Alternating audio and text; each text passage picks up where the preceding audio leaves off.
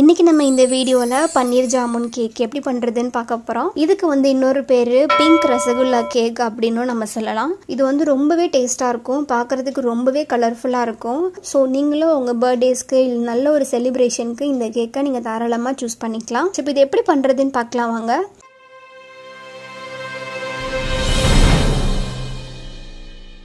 ஒரு மிக்சிங் பவுல் எடுத்துக்கோங்க. அதிலே வந்து 5 முட்டையை வந்து உடைச்சு ஊற்றிடணும். ஒருவேளை நீங்கள் முட்டை சாப்பிட மாட்டீங்க அப்படின்னா நீங்கள் முட்டைக்கு பொதுவாக 1 கப் அளவுக்கு பட்டர் மில்கை நீங்கள் டேரெக்டாகவே ஆட் பண்ணிக்கலாம். இப்போ நான் சொல்லியிருக்க அளவு எல்லாமே பார்த்தீங்கன்னா ஷாப் ஸ்டைலில் எப்படி பண்ணுவாங்களோ அதே மெத்தடில் நான் கரெக்டாக சொல்லியிருக்கேன். அதே மாதிரி உங்களுக்கு எக்ஸாக்ட் மெஷர்மெண்ட்டும் கிடச்சிரும். அதோட கப் அளவும் நான் உங்களுக்கு ஷேர் பண்ணியிருக்கேன். ஸோ இது நான் முன்னாடி ஷேர் பண்ணியிருந்த நிறைய கேக் வீடியோஸோட கம்பேர் பண்ணும்போது ரொம்பவே யூஸ்ஃபுல்லாக இருக்கும். ஸோ இப்போ 5 முட்டை நம்ம ஆட் பண்ணியிருந்தோம் இல்லைங்களா, 5 முட்டைக்கு 150 கிராம் அளவுக்கு சக்கரை வந்து ஆட் பண்ணிக்கணும். 150 கிராம் சக்கரை அப்படின்றது வந்து 1/2 கப் அளவுக்கு சர்க்கரையை ஃபர்ஸ்ட் ஆட் பண்ணிக்கோங்க. அது கூடயே 3 டேபிள் ஸ்பூன் அளவுக்கு சக்கரை நீங்க ஆட் பண்ணீங்க அப்படின்னா 150 கிராம் அளவுக்கு நமக்கு சக்கரை கிடைச்சிரும். ஸோ நான் இது கூட பார்த்தீங்க அப்படின்னா ஷாப் ஸ்டைலில் நான் பண்றதால நான் வந்து கேக் ஜெல் வந்து யூஸ் பண்ணிக்க போறேன். நமக்கு நிறைய பேக்கரி எசென்ஷியல் ஷாப்ல வந்து நமக்கு இந்த கேக் ஜெல் வந்து கிடைக்கும். ஒருவேளை நீங்க ஆன்லைன்ல கிடைச்சா கூட நீங்க இதை வாங்கி வச்சுக்கோங்க. கேக்ஸ் எல்லாம் ரொம்பவே ஸ்மூத்தா வர்றதுக்காக நம்ம இதை யூஸ் பண்ணுவோம்.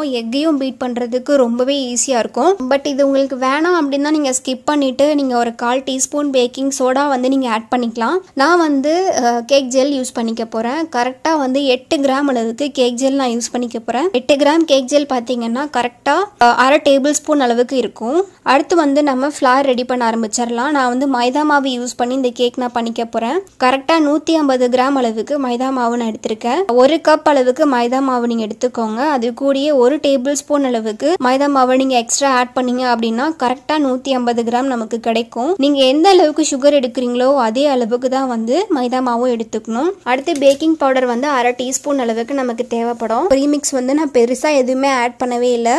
ஜஸ்ட் வந்து மைதா மாவும் பேக்கிங் பவுடர் மட்டும் தான் ஆட் பண்ணி மிக்ஸ் பண்ணி எடுத்திருக்கேன். ஸோ இப்போ நம்ம வந்து பேட்டர் பண்ண ஆரம்பிச்சிடலாம்.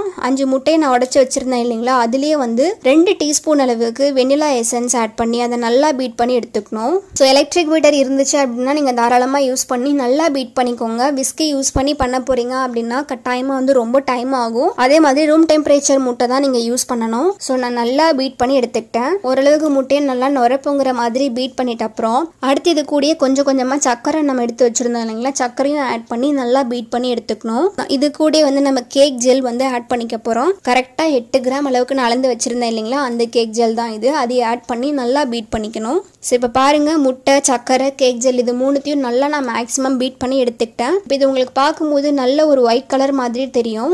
ஸோ இந்த ஸ்டேஜ் வர வரைக்கும் நல்லா பீட் பண்ணி எடுத்துக்கணும். எனக்கு இது மொத்தமாகவே பீட் பண்ணுறதுக்கு 10 இருந்து 15 நிமிஷம் வரைக்கும் ஆச்சு. நான் வந்து ரொம்ப ஸ்பீட் வச்சு பீட் பண்ணலை, ஜஸ்ட் ஒரே ஒரு ஸ்பீட்லேயே நான் மெயின்டைன் பண்ணி கரெக்டாக கிராஜுவலாக நான் பீட் பண்ணி எடுத்துக்கிட்டேன். இப்போ நம்ம ரெடி பண்ணி வச்சிருந்த கேக் ப்ரீமிக்ஸ் இதில் ஆட் பண்ணி நல்லா வந்து மிக்ஸ் பண்ணி எடுத்துக்கலாம். நான் வந்து விஸ்கி யூஸ் பண்ணி நல்லா ஒரே டைரக்ஷனில் அழகாக வந்து மிக்ஸ் பண்ணி எடுத்துக்க போகிறேன். இப்போ நான் இது கூட நல்ல ஒரு ஃப்ளேவருக்காக நான் வந்து ரோஸ் மில்க் எசன்ஸ் வந்து ஆட் பண்ணியிருக்கேன். உங்களுக்கு வேண்டாம் அப்படின்னா நீங்கள் ஸ்கிப் பண்ணிக்கலாம். அடுத்து வந்து லைட்டாக ஒரு பிங்கிஷ் கலருக்காக 2 ட்ராப் அளவுக்கு ஃபுட் கலர் வந்து நான் ஆட் பண்ணியிருக்கேன். ஆட் பண்ணி நல்லா மிக்ஸ் பண்ணி எடுத்துக்கணும். கடைசியாக இது கூட பார்த்தீங்கன்னா 1/4 கப் அளவுக்கு எண்ணெய் கடைசியாக தான் ஆட் பண்ணியிருக்கேன், முன்னாடி ஆட் பண்ணலை. ஸோ கடைசியாக ஆட் பண்ணி நல்லா மிக்ஸ் பண்ணி எடுத்துக்கணும். ஸோ இப்போ பாருங்கள், சூப்பராக பேட்டர் வந்து ரெடியாக இருக்குது. அடுத்து நான் ஒரு நான்ஸ்டிக் கேக் டின் யூஸ் பண்ணிக்க போகிறேன். அதிலே பட்டர் பேப்பர் வச்சுட்டு நல்லா ஆயில் அப்ளை பண்ணி எடுத்துக்கிட்டேன். இப்போ நம்ம ரெடி பண்ணி வச்சிருந்த பேட்டரை இதில் ஆட் பண்ணி நல்லா டேப் பண்ணி விட்டுக்கணும். நான் இந்த கேக்கை வந்து ஓடிஜியில் வந்து பேக் பண்ணி எடுக்க போகிறேன்.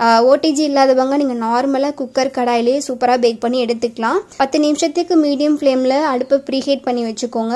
அடுத்து அதே மீடியம் ஃப்ளேமில் 30 நிமிஷம் வரைக்கும் நீங்கள் பேக் பண்ணி எடுத்தீங்க அப்படின்னா ரொம்பவே சூப்பரான கேக் ரெடி ஆயிரும். இந்த 30 நிமிஷம் அப்படின்றது நான் ஒரு மீடியமாக வந்து சொல்கிறேன். இது யூஸ் பண்ண போற பாத்திரத்தை பொறுத்து இந்த டைம் வந்து சேஞ்ச் ஆகும். ஸோ இந்த கேக்கை நீங்க ஓடிஜியில் பண்ண போறீங்க அப்படின்னா 150 டிகிரிக்கு 10 நிமிஷத்துக்கு முன்னாடியே ப்ரீஹீட் பண்ணிடணும். அடுத்து 30 இருந்து 35 நிமிஷம் வரைக்கும் பேக் பண்ணி எடுத்தீங்க அப்படின்னா உங்களுக்கு கேக் வந்து சூப்பராகவே ரெடி ஆகி வந்துடும். பாருங்க, கேக்கும் ரொம்பவே சூப்பராக ரெடி ஆயிருச்சு. நான் இதை அட்ஜஸ்ட் பண்ணிட்டு உங்களுக்கு நான் டீமோல் பண்ணி காமிக்கிறேன் பாருங்க.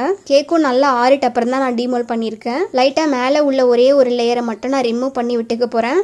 ஸோ இந்த கேக்கை வந்து நான் டபுள் லேயர் கேக்காக ரெடி பண்ண போகிறேன். ஸோ அதனால் நான் கட் பண்ணி எடுத்துக்கிட்டேன். ஸோ இப்போ 2 லேயரும் ரொம்பவே சூப்பராக ரெடியாக இருக்குது. அடுத்து நம்ம மெயினாக கேக்கில் வந்து என்ன ஆட் பண்ண போகிறோம் அப்படின்னா நான் வந்து பிங்க் ரசகுல்லா வந்து ஆட் பண்ண போகிறேன். ஸோ இது கூட வந்து நம்ம பன்னீர் ஜாமுன் வந்து பண்ண போகிறோம். ஒரு பாத்திரம் எடுத்துக்கோங்க, அதுலேயே வந்து 6 லிட்டர் பால் வந்து ஆட் பண்ணிக்கணும்.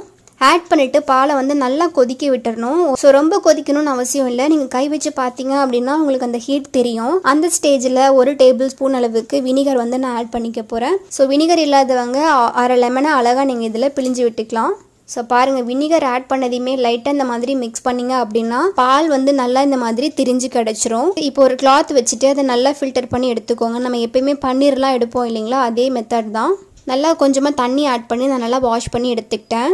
ஸோ இது ஒரு பிளேட்டுக்கு மாற்றிட்டு நான் இது கூடயே ஃப்ளேவர் ஆட் பண்ணிக்க போகிறேன். 2 ட்ராப் அளவுக்கு ரோஸ் மில்க் எசன்ஸ் வந்து நான் ஆட் பண்ணியிருக்கேன். ஃபுட் கலர் வந்து நான் கொஞ்சமாக ஆட் பண்ணியிருக்கேன். ஸோ இந்த மாதிரி நம்ம பண்ணும்போது ரொம்பவே ஃப்ளேவராகவும் சூப்பராகவும் இருக்கும். இதை வந்து நல்லா கைவிடாமல் நல்லா பிசைஞ்சு எடுத்துக்கணும். எந்த அளவுக்கு முடியுமோ அந்த அளவுக்கு நல்லா பிசைஞ்சு எடுத்து நல்லா இந்த மாதிரி குட்டி குட்டி ரவுண்டாக பண்ணி வச்சிடணும்.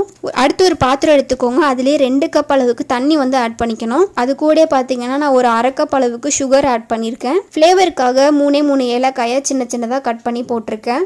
ஸோ இப்போ இந்த தண்ணியை வந்து நல்லா கொதிக்க வைக்கணும். தண்ணி நல்லா கொதிச்சுட்டு இருக்கும்போது நம்ம குட்டி குட்டியாக ரவுண்ட் பண்ணி வச்சுருந்த ரசகுல்லாவை இது கூடயே ஆட் பண்ணி நம்ம ஒரு 10 நிமிஷத்துக்கு நல்லா வேக வச்சு எடுக்கணும். நல்லா சாஃப்டாக வேகிற அளவுக்கு பொறுமையாக விட்டுருங்க. பாருங்கள், இப்போ ஒரு 10 மினிட்ஸ்லேயே நல்லா வெந்து வந்துருச்சு.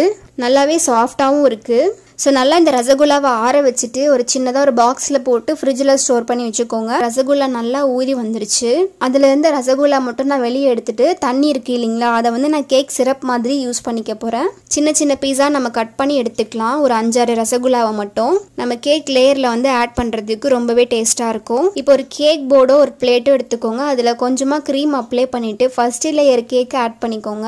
அதுக்கு மேலே பார்த்தீங்கன்னா நம்ம ரசகுல்லா பண்ணியிருந்தோம் இல்லைங்களா, அதோட சிரப் தான் இது. சிரப் ஆட் பண்ணிட்டு க்ரீம் அப்ளை பண்ண ஆரம்பிச்சிடலாம். நான் யூஸ் பண்ணியிருக்க க்ரீம் பார்த்தீங்கன்னா நார்மல் விப்பிங் க்ரீம் தான். அடுத்து இதுக்கு மேலே நம்ம கட் பண்ணி வச்சிருந்த ரசகுல்லாவை இதில் ஆட் பண்ணிக்கணும். ஆட் பண்ணிட்டு அடுத்த லேயர் வச்சுட்டு நல்லா சிரப் வச்சு கோட் பண்ணி எடுத்துக்கணும். அப்புறம் நம்ம க்ரீம் யூஸ் பண்ணி என்டையர் கேக்கையுமே முடிஞ்ச அளவுக்கு நல்லா கவர் பண்ணி எடுத்துக்கோங்க.